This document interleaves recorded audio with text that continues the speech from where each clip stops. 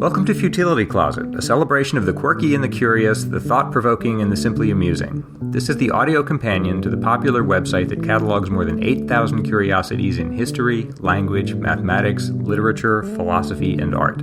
You can find us online at futilitycloset.com. Thanks for joining us.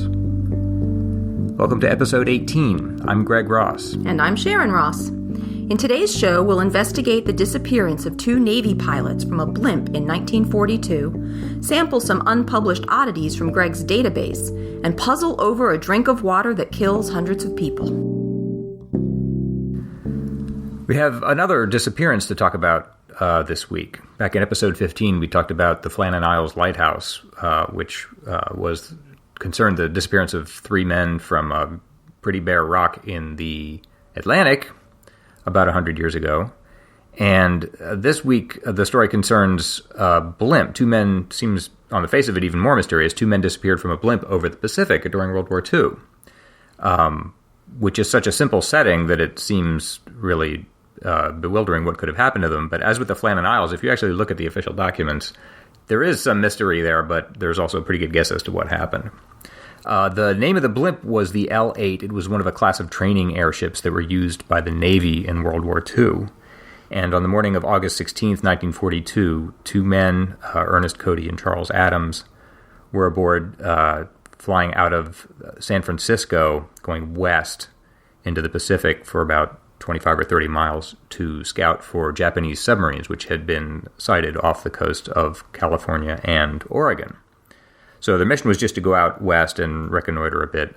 Blimp doesn't sound like a very scary craft or aggressive one to be hunting Japanese subs with, but they actually were. This one was fitted with depth charges and machine guns, and a blimp is good for this kind of work because it can hover, if it needs to, over one spot for as long as it wants to, and they get pretty good. They're pretty efficient with fuel, so they can stay out for a long time.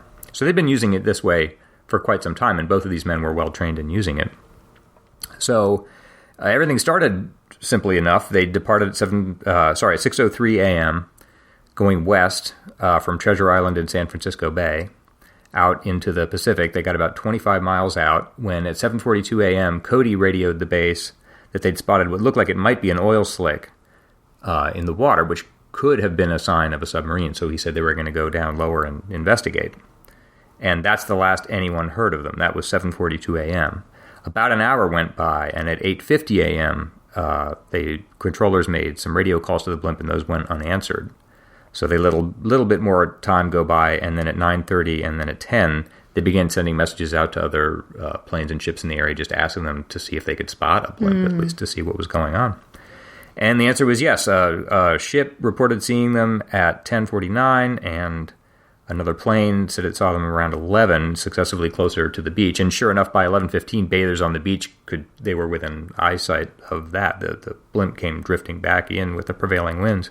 And something was obviously badly wrong. The engines were off, the door was open, and apparently no one was manning it. The blimp snagged on a cliffside on the beach and actually dropped one of the depth charges on a golf course, which must have been rather frightening. It didn't go off. And then the blimp broke away and continued eastward. And observers noted that it was sagging in the middle, the envelope was. It's normally, the blimp's about 150 feet long, and it's normally full of helium, but here it was sort of sagging, beginning to bow down in the middle. An eyewitness named Bruce McIntyre told a newspaper reporter it was dished on top and appeared to be drifting with its motors off. So it drifted along for a while, bumping into houses and cars, and finally came to rest on a street, a residential street in Daly City, which is just south of San Francisco. And the alarming thing is that onlookers rushed in to help the pilots and found there was nobody in the cabin. The door was open, and there was a headset and microphone hanging out of the door, but there was no one inside. Firefighters tore open even the envelope of the blimp looking for the men and couldn't find any trace of them. So that's the mystery. What happened to them? How did two men disappear from a blimp? Right, just disappeared out of the blimp, yeah. Yeah, on a random morning in 1942. On investigation, what they found is that the door was latched fully forward. As I say, the microphone and a radio handset were hanging out. And happened to be a briefcase of highly classified information, which was still in place, which sort of rules out any skullduggery or Japanese spies or anything espionage, like that. Yeah. There were all sorts of safety equipment on the blimp that were still in place. There were 2 parachutes, a life raft, which were both in their proper places. The radio was in working order and tuned to the proper frequency. But it's commonly said that everything was in place, and that's not actually true. There were 2 life vests missing and 2 float lights, which are devices that emit smoke and flame when they hit the water. Okay. So those are missing. That's a clue. They searched up and down the coast for weeks and never found the pilots, and to this day, no one knows what's become of them. No bodies were ever found. So, as happened in the Flannans, and tends to happen in these cases, you get all kinds of fanciful theories that were floated. They were captured by a Japanese sub. There was some sort of love triangle. Somehow they fought each other and both fell out together. They were dueling on a blimp. Yeah. They were abducted by UFOs. One hung out somehow perilously from the gondola and pulled the other out with him. There was some disturbance like the Bermuda Triangle. One newspaper story I found said that there were half-eaten sandwiches and still warm cups of coffee in the gondola, which is 3 for 3 now. That's the Mary Celeste, the Flannan Isles, and this L8 blimp. Someone always adds to the story of a disappearance that they were in the middle of a meal when it happened. There's no truth to that. They weren't. Oh, somebody just makes up that there's someone always adds that because it just makes the whole thing much more dramatic. No, it's not true. I just thought it was amusing that someone always says that.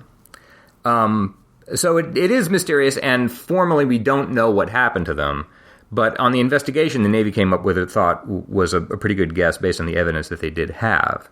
The Navy report says, quote, while there is a strong presumption that both Lieutenant Cody and Ensign Adams fell out of the gondola of the L8 and were drowned, there is no definite evidence to that effect. You can reconstruct it like this.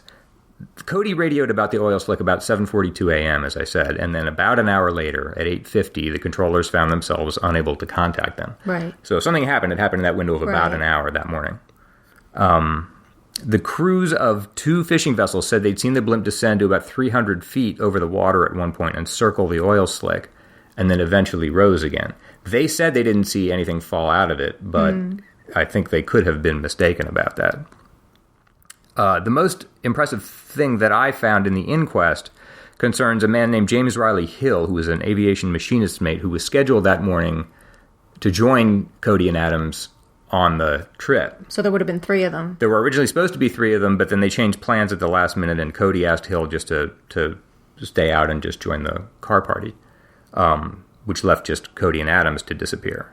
Anyway, the investigators during the inquest interviewed Hill, and he says he thinks the door to the blimp was unlocked when the ship took off. This is quoting now directly from the inquest.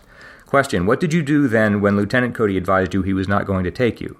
Answer, I unlocked the door, turned the handle, and stepped out and shut the door. From then on, I was a member of the car party. Did you see anyone lock the door from the inside after you got out? No, sir. Were you in a position to observe if anyone had attempted to lock the door? Yes, sir. Do you feel certain that from the time you left the car to the takeoff, the door was not locked from the inside? No, sir, I think the door was not locked. So, based on that and the other evidence found at the scene, the Navy's opinion surmises that what happened is that the latch, while they were coming down toward the oil slick, the latch released accidentally. Presumably the passenger just leaned against that door thinking it was locked. Fell out, and then the pilot dropped the 2 float lights and the 2 life belts, both to help him and to mark the spot where he'd fallen, and then began rapid maneuvers close to the water. The fact that the parachutes were found on the blimp and it was recovered show that no one had tried to abandon the craft when it was up at altitude, at a high altitude. And the fact that the life raft was there and that no radio transmission had been made shows that the pilot had hoped to recover the man who'd fallen pretty quickly. I mean, I don't know what the regulations are. I think what he ought to have done would be to drop the life raft and I guess the markers and then radio for help. It looks like what he did instead was try to go down after him in the blimp with the door open, hoping he could just recover him quickly right out of the water. You'd have to get the blimp right up just above the water. Yeah, I mean, this is just me speculating, but that seems to be what the Navy was thinking too. The Navy says, in such an attempt, the pilot might himself have gone overboard. So we don't know exactly how that would have happened, but apparently according to the story, this theory at least, he was down with the door latched open and somehow fell out himself. What's interesting about this theory is if they had the 3rd guy go, the door never would have been unlocked. Yeah. Like the guy unlocked it to get off the blimp, and they basically decided it was only going to be 2 and not 3 of them. The Navy says no other adequate explanation offers itself for the abandonment of an airworthy airship in the absence of fire or other casualty, nor does any other theory explain failure to use the radio. Mm-hmm. So it's an interesting thing, having just done all this research on the Flannan Isles thing. They're very different circumstances, but the pattern is quite similar, that one man got into trouble, and then the others took some unnecessary risks to try to help him in a hurry, and then ran into trouble themselves. That's according to the theory, anyway. Yeah. And I imagine it must have been really eerie at the time, just this this blimp comes sagging into shore, banging into things. Yeah, and then there's nobody on it. Yeah. I mean, that is kind of creepy. We do have to say that even if this is true, this theory that I just floated out there, we still don't know. The report says there's no satisfactory reason to explain why surface vessels didn't see the two men in the water, which they didn't. Because it sounds like there were vessels in the area. There were. And he threw out the life preservers. They said their inability to make their way to some nearby ship. There were ships nearby. So that is kind of strange. They had life jackets.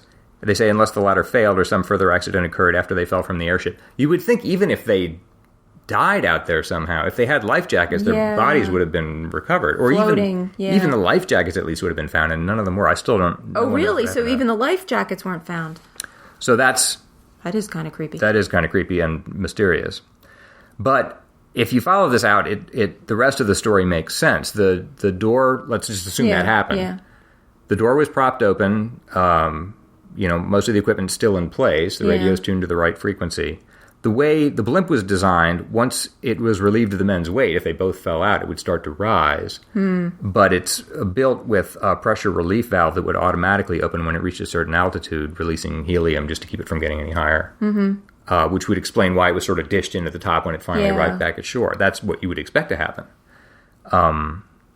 And the rest of it is sort of what the witnesses say happened. It would sort of bounce along the shore and then come to rest somewhere as it lost enough helium with no one aboard. So as I say, it's very similar to the Flannan Isles in that sense. And if there's a moral in any of this, it's that if you're trying to rescue someone, you shouldn't take undue risks yourself. So that's the best guess I can find. That's sort of what the Navy came up with. But officially, it's still unexplained what happened to Cody and Adams. A year after the incident, they were both officially declared dead, but their bodies were never found. And to this day, no one can say exactly what happened to them. The ship itself is sometimes referred to as a ghost blimp, but if it's haunted, it never haunted anybody else. It was repaired after this and continued to serve the Navy as a training vessel. And after the war, it was returned to Goodyear, which had lent it to the Navy in the first place. And the cabin was used for years to televise sporting events, and then the gondola was finally retired in 1982, and it's now in the National Museum of National Aviation.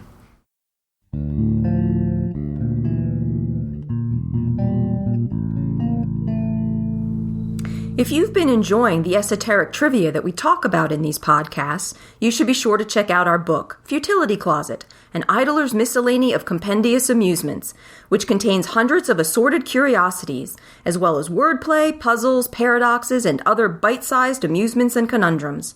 Look for it on Amazon or iTunes, and discover why other readers have called it awesome and addictive and small increments of joy. When we first started planning to do a podcast, we thought that one of the features that we might do was me reading notes from my files. The way Futility Closet works is that basically I read a million books and just share the parts that I like. So I've got a giant database full of material that I've never published. And I thought, that's a good idea, and I forgot all about it. So here you go. Here's a random shovelful from my notes in no particular order. Some of these I haven't confirmed, but I'll try to note those as we go along. The eccentric British baronet Sir George Sitwell invented a tiny revolver for shooting wasps.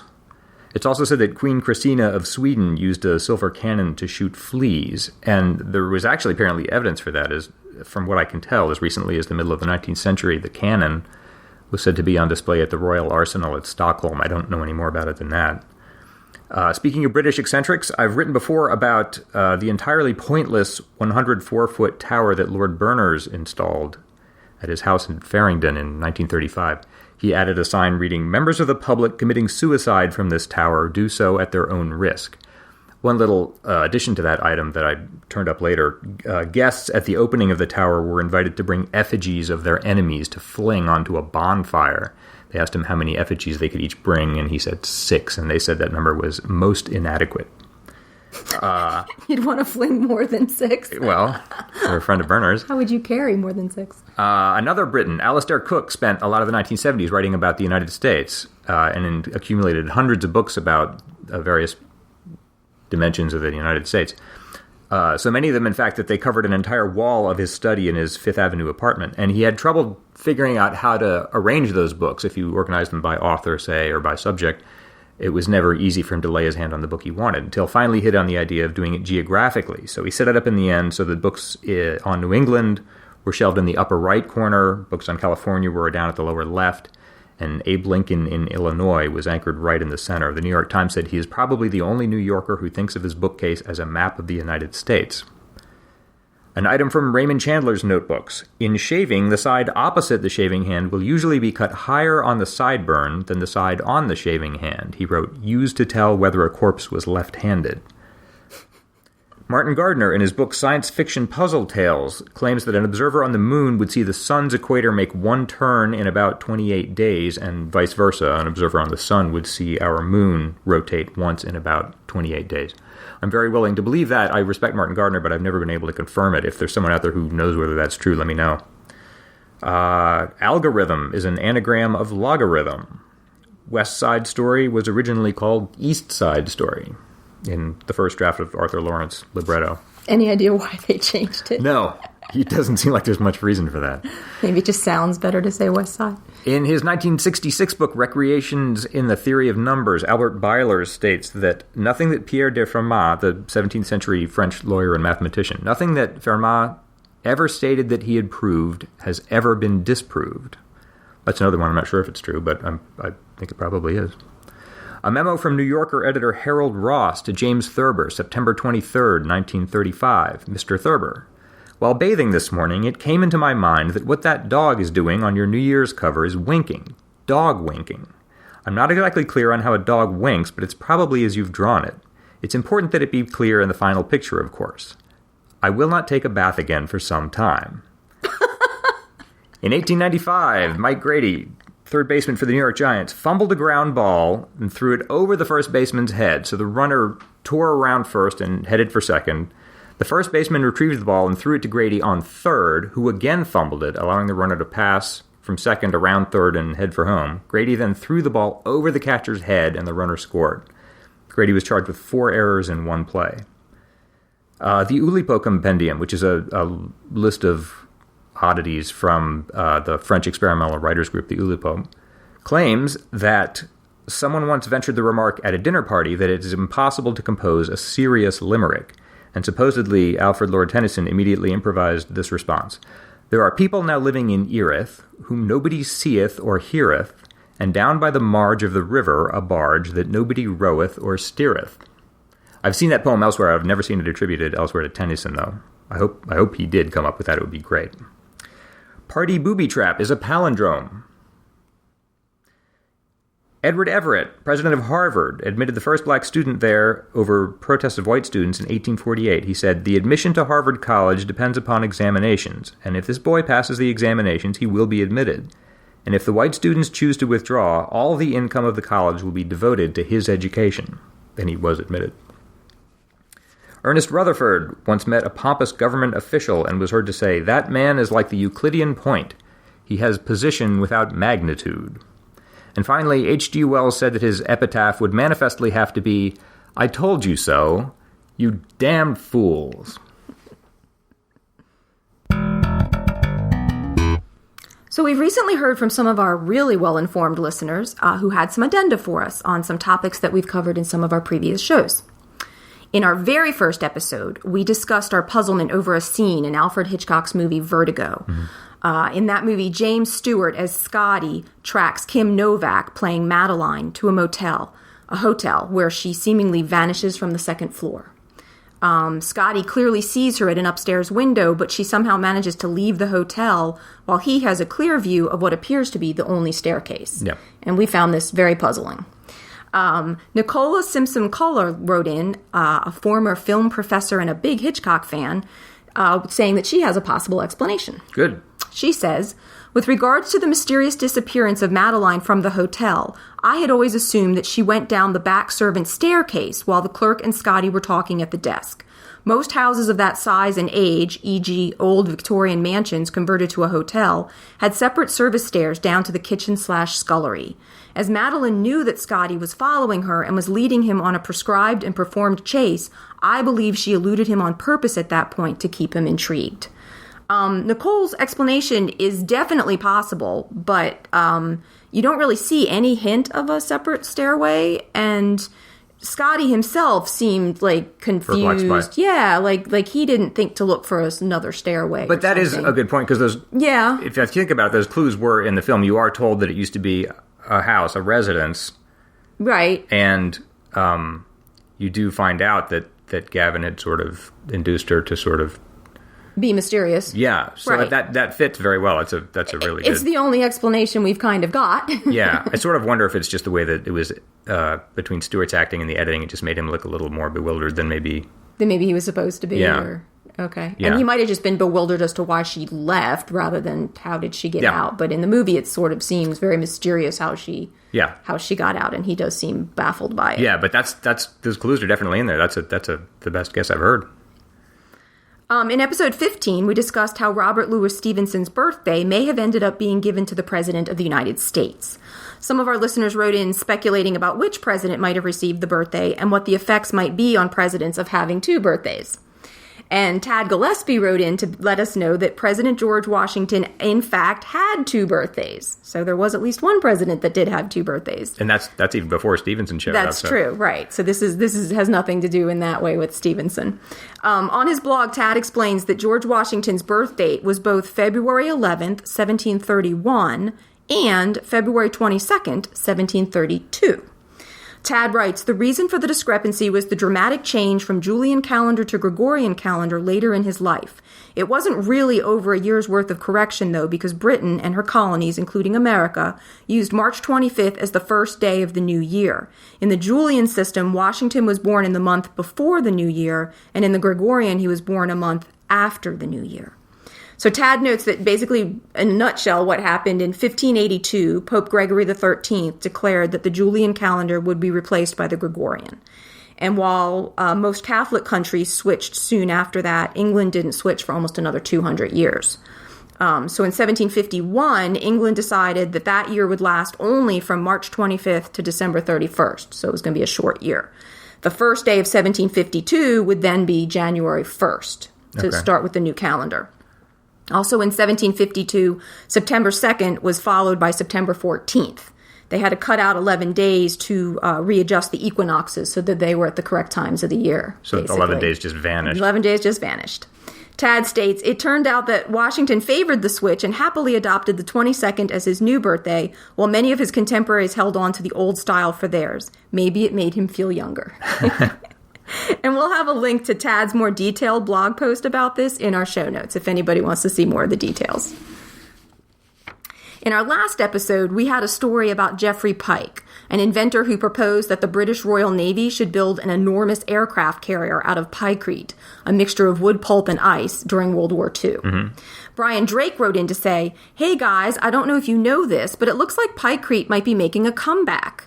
Eindhoven University of Technology in the Netherlands built a giant dome of the material and intends to build a replica of Sagrada Familia out of the stuff this winter. Out of pykrete. Out of pykrete. And I looked it up to find out what Sagrada Familia was, since I did not know, and it turns out to be a very large, very ornate Roman Catholic church in Barcelona, Spain. They're making it a church out of ice and wood pulp. Yes, they're planning to. They haven't done it yet, but they are planning it. How do you come up with an idea like that? I don't know. Brian wrote on to say, Pike actually did develop a few items that saw use during the war, one of which was known as the Weasel, which was a kind of snowmobile that used an Archimedes screw instead of caterpillar tracks. After the war, he established the National Health Service in the UK before committing suicide. Pike had some rather extraordinary adventures during the First World War, which he described in his memoir To Ruhlebahn and Back, A Great Adventure in 3 Phases. He wound up being captured by the Germans, managed to escape back to England wearing little more than a bathrobe, pajamas, and rubber boots. I've often wondered if this wasn't the inspiration for Arthur Dent's costume in The Hitchhiker's Guide to the Galaxy. Pike's nephew can be seen in the Thomas Dolby video, She Blinded Me with Science. He's the gentleman who shouts, "Science!" That matches everything I've heard about Pike. It's just like there's so much... Very flamboyant. Just as colorful life. Color, yeah, just as much color in every frame of his life. Brian included a link in his email that we'll put in our show notes. At that website, you can see artist renditions of Pike's envisioned aircraft carrier and the Sagrada Familia made out of pikecrete. Photos of students and professors using pikecrete to make the world's largest ice dome with a 98-foot span. This thing is enormous, yes. Wow. And a link to a video of how they actually made the dome. So thanks so much to Nicole, Tad, and Brian for writing in. And if you have any comments, you can send them to us at podcast@futilitycloset.com. So this is our lateral thinking puzzle segment, and this week I'm going to be giving Greg a scenario that will sound odd or unusual or contradictory somehow, and he will have to figure out what the underlying situation is just by asking yes or no questions. If he starts struggling too much, we will be kind and give hints.